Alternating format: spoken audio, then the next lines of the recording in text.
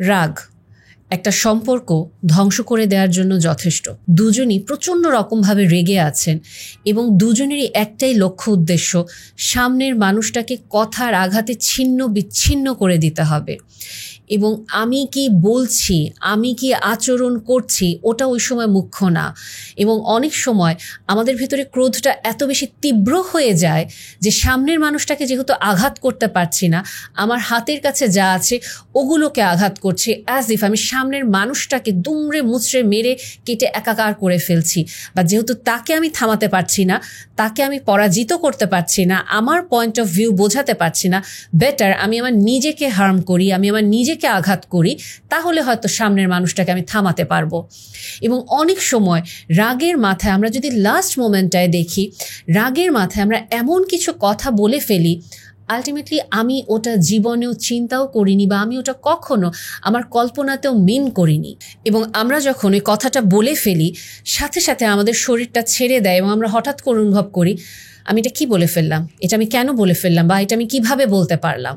সাথে সাথে আমরা অসম্ভব ভেঙে পড়ি এবং তখন হয়তো আমাদের ওই হিতাহিত জ্ঞানটা ফেরত আসে এবং আমরা কমপ্লিটলি শ্যাটার্ড হয়ে যাই। আমরা কিন্তু এটা খুব বিশ্বাস করি, তাই না? রাগের মাথায় যে যা বলে সব সত্যি বলে। এই কথাটা নিয়ে আমি অনেক কন্ট্রোভার্সি দেখি, কিন্তু এই জিনিসটা আমি কখনোই একমত হই না। কারণ রাগের মাথায় কখনোই একটা মানুষ সব সত্যি কথা বলে না। অনেক সময় যখন আমরা রেগে যাই, মূলত আমাদের ফার্স্ট টার্গেট থাকে, মূলত আমাদের প্রথম উদ্দেশ্যই থাকে সামনের মানুষটাকে কথার আঘাতে একেবারে ছিন্ন বিচ্ছিন্ন করে দিব, তাকে কোনোভাবেই আমার সামনে দাঁড়াতে দেয়া যাবে না। ডেফিনেটলি আমাদের মনের ভিতরে অনেক কথা থাকে যেগুলো হয়তো আমরা বলি, কিন্তু যখন আমরা ইনসেইনলি আউট অফ কন্ট্রোল আমাদের অ্যাঙ্গার আউটবার্স্ট হতে থাকে, তখন কিন্তু আমরা ওই কথাগুলোই বলি যেগুলো আমরা কখনো মিন করি না। আমি খুব কমনলি কিছু সময় দেখি যে হাজব্যান্ড ওয়াইফ দুজনকে এরকম বলছে, তুমি মারা যাও না কেন, তোমার এইটা হয় না কেন। অনেক সময় বাবা মাও রেগে গিয়ে সন্তানকে বলে ফেলে তুই মরস না কেন। বাট ডিপ ডাউন ইনসাইড কেউ কি আসলেই এটা চায় তার সন্তান মারা যাবে? সে কি আসলেই মন থেকে এটা মিন করে? সো আমরা যখন বলি যে একজন মানুষ রেগে গিয়ে যেটা বলে সে আসলেই মিন করে বলে, এটা আসলে কখনো হয়তো ঠিক না। এবং আরও আরেকটা যেটা ব্যাপার আমরা বলে থাকি যে যার রাগ বেশি তার মনটা খুব পরিষ্কার, কারণ ও যে রাগ করে তার যে ঝড় ঝাপটা মনের ক্ষোভ সব প্রকাশ করে দিল, তাহলে এরপরে তো ঠান্ডা হয়ে গেল, মনটা পরিষ্কার হয়ে গেল।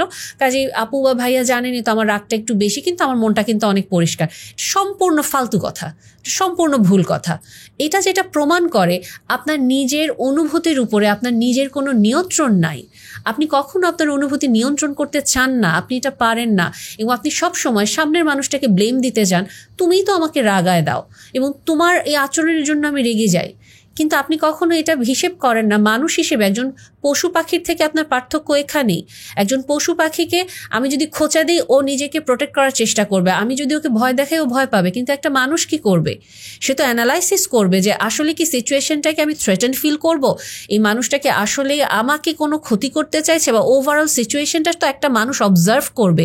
মানুষ তো পশু পাখি থেকে এ কারণেই আলাদা যে তার থিঙ্কিং এবিলিটি আছে, তার নিজের ইমোশনের উপরে তার কন্ট্রোল আছে। না হলে পশু পাখি থেকে মানুষ তো কোনো দিক থেকে আলাদা ছিল না। তার চিন্তা করার শক্তি, তার বিবেক বুদ্ধি, এগুলোই তো তাকে ইউনিক করছে, তার শিক্ষা জ্ঞান। এবং সেগুলো দিয়ে যদি আমি আমার ইমোশনটাকে নিয়ন্ত্রণ না করি, আমি যদি শুধু এই দোহাই দিই আমিও তো মানুষ, আমারও তো অনুভূতি থাকবে, এটা কমপ্লিটলি একটা অজুহাত। আমার অনুভূতি আমাকে নিয়ন্ত্রণ করা জানতে হবে। আমার রাগ এটা সম্পূর্ণ আমার দায়িত্ব। সামনের মানুষটার আচরণের কারণে ডেফিনেটলি আমি রেগে যেতে পারি, কিন্তু আমি রাগের বহিঃপ্রকাশটা কেমন করব সেই বহিঃপ্রকাশ আমার নিয়ন্ত্রণে থাকবে। আমি কি ওই সময় তাকে স্পষ্টভাবে বলবো যে তোমার যে আচরণ এটা আমি রেগে যাচ্ছি, নাকি তাকে আমি আঘাত করব, না একটা গ্লাস ভেঙে ফেলবো, এই কন্ট্রোল সম্পূর্ণ আমার থাকবে। এবং আরও যেটা ইম্পর্টেন্ট একটা পয়েন্ট, একটা সম্পর্কে টানাপোড়েনে রাগ ভয়ঙ্কর একটা ব্যাপার। কারণ এই রাগের কারণে অপরপক্ষের মানুষটাকে আমি বারবার ক্ষতবিক্ষত করতে থাকি, এবং ওই মানুষটাও ক্ষতবিক্ষত হতে হতে একটা পর্যায়ে আমার সরি আর সে নিতে পারে না। তার কাছে সিম্পলি মনে হয় এটা অনর্থক, কারণ এই মানুষটা মুখে সরি বলে কিন্তু কাজে তার কোনো প্রমাণ আমি দেখি না।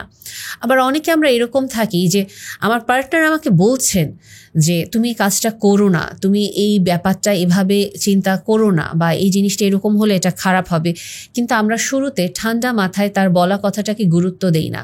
এর ফলে যেটা হয়, আমাদের পার্টনার আনহার্ড ফিল করেন, উনি ইনভিজিবল ফিল করেন একটা সম্পর্কে, এবং দিনের পর দিন একটা মানুষ, যেটা ছেলে বা মেয়ে যেই হোক না কেন, উনি যদি আনহার্ড ইনভিজিবল ফিল করতে থাকেন, একটা পর্যায়ে ওনার আউটব্রাস্ট আসবে, একটা পর্যায়ে উনি ডেফিনেটলি ম্যাসিভ অ্যাগ্রেশন শো করে ফেলতে পারেন। সো কিছু ক্ষেত্রে একটা সম্পর্কে এটা কিন্তু আমারও রেসপন্সিবিলিটি থাকে, আসলে আমি আমার পার্টনারকে কতটুকু ভিজিবিলিটি দিতে পারছি বা কতটুকু এটা ফিল করাতে পারছি যে she or he is listened.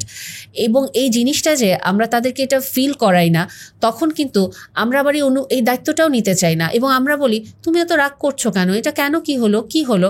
Ultimately আমি পুরো সিচুয়েশনটাকে ইনস্টিগেট করছি। ডেফিনেটলি আমার পার্টনার তার রাগ কন্ট্রোল করবে, এটা তার responsibility, but as a partner আমারও কিন্তু কিছু রেসপন্সিবিলিটি থাকে, যেটা আলটিমেটলি আমি কি এমন কিছু করছি যেটা আমার পার্টনারকে বারবার ট্রিগার করছে, এবং আমি যে কাজটা করছি এটা যদি আসলেই প্রবলেমেটিক হয়, ডেফিনেটলি এটা আমার পার্ট অফ রেসপন্সিবিলিটি এই সম্পর্কটাকে সুন্দর করার জন্য আমাকে এক স্টেপ পিছনে যাওয়া এবং পুরো সিচুয়েশনটা অ্যানালাইসিস করা এবং এটা অ্যাকসেপ্ট করা আমার পার্টনারের ফ্ল থাকবে, যেমন আমারও ফ্ল আছে, এবং সেই ক্ষেত্রে আমি হয়তো এই কাজগুলো না করলে আমার পার্টনারের জন্য ইজি হবে, এবং আমি যদি তাকে এই কাজগুলো না করে বলতে পারি যে দেখো তুমি এগুলোতে ট্রিগার্ড হতে এবং এগুলো আমি এখন করছি না, সো প্লিজ তুমি তোমার পার্ট অফ রেসপন্সিবিলিটি কমপ্লিট করো, তুমি তোমার অ্যাঙ্গার নিয়ে কাজ করো, যেটা আমাদের সম্পর্কটাকে সুন্দর করতে পারে। কিন্তু আমরা যেটা করি, সামনের মানুষটা বলতে থাকে, আমরা শুনি না, সে রেগে যায়, এবং সে আবার রাগ করার কারণে আমি রেগে যাই, এটা একটা ভিশাস সাইকেল শুরু হয়ে যায়। আরেকটা যেটা খুব ইম্পর্টেন্ট পার্ট, আমি যখন রেগে যাচ্ছি অনেক সময় আমরা এক্সপেক্ট করি যে আমি ঠিকই আমার পার্টনারকে যা ইচ্ছা তাই বলতে পারবো, তার বাবা মা তুলে, ভাই বোন তুলে, তার সংসার নিয়ে তার উঠতে বসতে হাজারটা খুঁত আমি ধরতে পারবো।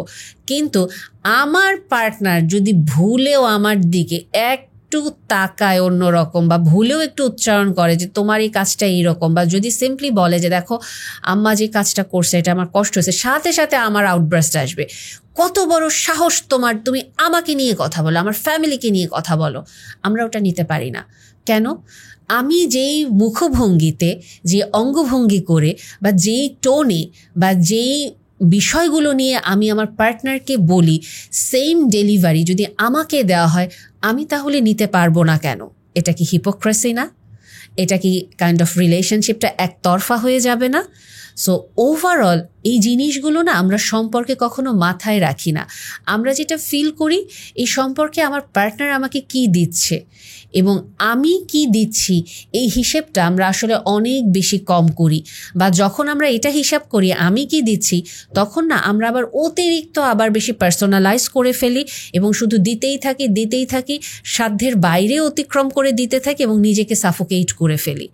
আলটিমেটলি আমি রেগে যাই, আমি এগেইন একটা টক্সিক মানুষে কনভার্ট হয়ে যাই। সো সম্পর্কটা আমাকে অলওয়েজ একটা জিনিস মাথায় রাখতে হবে, আমি কি দিলাম এটা খুব ইম্পর্টেন্ট, কিন্তু আমি যেন সাধ্যের বাইরে গিয়েও না দিই। সো ফার্স্ট ইকুয়েশন অলওয়েজ আমি এটাই করব, আমি কি দিচ্ছি, আমি কি আমার অ্যাঙ্গার অফার করছি, আমি কি হিপোক্রেসি অফার করছি, বা আমি কি তাকে কাইন্ড অফ আমার রিল্যাক্টেন্সি অফার করছি, কি আমি অফার করছি। এবং আরও যেটা ইম্পর্টেন্ট, আমি যে দিচ্ছি তাকে, এই দেয়াটাকে আমি আমার সাধ্যের বাইরে গিয়ে দিচ্ছি এবং তার এক্সপেকটেশন লেভেল হাই করে ফেলছি বারবার। সো ওভারঅল এই সিনারিওগুলো যদি আমরা খেয়াল না করি, এই সম্পর্ক আস্তে আস্তে ভেঙে যাবে। আরেকটা জিনিস, লাস্ট আমি একটা পয়েন্ট যদি হাইলাইট করতে চাই, দেখুন, যদি আপনার নিজের কোনো চাইল্ডহুড ট্রমা থাকে, যদি আপনার নিজের কোনো মেন্টাল ডিসঅর্ডার থাকে, কারণ আমরা জানি যদি আমরা বলি ডিপ্রেশন, এংজাইটি, ADHD বা বাইপোলার মুড ডিসঅর্ডার, বা বর্ডারলাইন পার্সোনালিটি, বা আদার্স পার্সোনালিটি ডিসঅর্ডার, কিছু ক্ষেত্রে স্কিজোফ্রেনিয়া বা আদার্স মেন্টাল ডিসঅর্ডারের ক্ষেত্রে প্রচণ্ড রকম অ্যাঙ্গার ইস্যু থাকে। সো রাগ, OCD, এটাতে তো আরও বেশি রাগ থাকে, সূচিবায়ুগ্রস্ততা। কাজে আপনি যদি এটা ফিল করেন যে আপনি রাগ নিয়ে সাফার করছেন, তাহলে ডেফিনেটলি আপনার মেন্টাল হেলথ অ্যাসেসমেন্ট করা উচিত। এবং আপনি যদি মনে করেন আপনার পার্টনারের অ্যাঙ্গার ইস্যু নিয়ে আপনি সাফার করছেন, আপনার উচিত ওনাকে এটা অ্যাসেসমেন্টে আনা। এবং আরও যেটা ইম্পর্টেন্ট, যদি আমাদের রিলেশনশিপে আমরা আসলে অনেক দিন ধরে ছোট ছোট বিষয়গুলো জমতে স্ট্রাগল করতে থাকি, সাফার করতে থাকি, এটা খুব ইম্পর্টেন্ট আমি যেন ওই বিষয়গুলো অ্যাড্রেস করি যে এই বিষয়গুলো আমাকে কষ্ট দিচ্ছে, এগুলো আমাদের ভেতরে দূরত্ব তৈরি করছে, এবং একটা সম্পর্কে ডিসকাশন খুব জরুরি। খোলা মনে ডিসকাশন করা, আমি এভাবে প্ল্যান করছি, জীবনটা কিভাবে সাজাচ্ছি, তুমি এটা কি মনে করো বা এটা নিয়ে কীভাবে আগানো যায়। এবং অনেক সময় আমার পার্টনার যদি আমাকে বলেনও যে দেখো তোমার বিষয়টা আমার পছন্দ না, আমরা না ওই সময়টাতে এক্সকিউজ দেওয়ার চেষ্টা না করি, আমরা ওটা শুনি যে আচ্ছা আমার পার্টনার এটা অপছন্দ, হ্যাঁ আমি হয়তো ওরই ব্যবহারের কারণেই কাজটা করতেছি, তোমারই তো ল্যাকিংস তাই করছি। ওই সময় এটা বলার প্রয়োজন নাই। সিম্পলি তখন আমার পার্টনার অফ হয়ে যাবে, আমার সাথে আর কখনো ডিসকাশনে আসবে না। ছোট ছোট ছোট ছোট কষ্টের বোঝা, অপছন্দের বোঝা জমতে থাকবে, দূরত্ব আসবে এবং অ্যাঙ্গার আউটব্রাস্টগুলো এতটা বিভৎস হয়ে আসবে। সো ডিসকাশন যখন হবে, যদি আমার পার্টনার বলে যেটা আমরা করতে পারি, ওকে ফাইন, এটা আমার part of responsibility, I will work on it, আমি ইমপ্রুভ করার পরে তাকে আমি বলতে পারি যে দেখো তুমি এটাতে অপছন্দ করছিলে বা তুমি ট্রাবল ফিল করছিলে, আমি এটা নিয়ে কাজ করেছি, সো প্লিজ তুমি তোমার পার্ট অফ রেসপন্সিবিলিটি ফুলফিল করো। মানে এটা আমাদের সম্পর্কটাকে সুন্দর করবে। এবং সম্পর্কে রাগ অসম্ভব, আমি বলি ভয়ঙ্কর একটা ব্যাপার, যেটা কিনা একটা সম্পর্ককে ভেঙে ফেলার জন্য যথেষ্ট। মানুষটা অসম্ভব ভালো, সব কিছু ভালো, কিন্তু রাগটা এত বেশি, ওর সাথে থাকা যায় না। এবং আসলেই রাগ অনেক ক্ষেত্রেই একটা সম্পর্ক ধ্বংসের জন্য যথেষ্ট কারণ, আর কোনো কারণ থাকতে হয় না।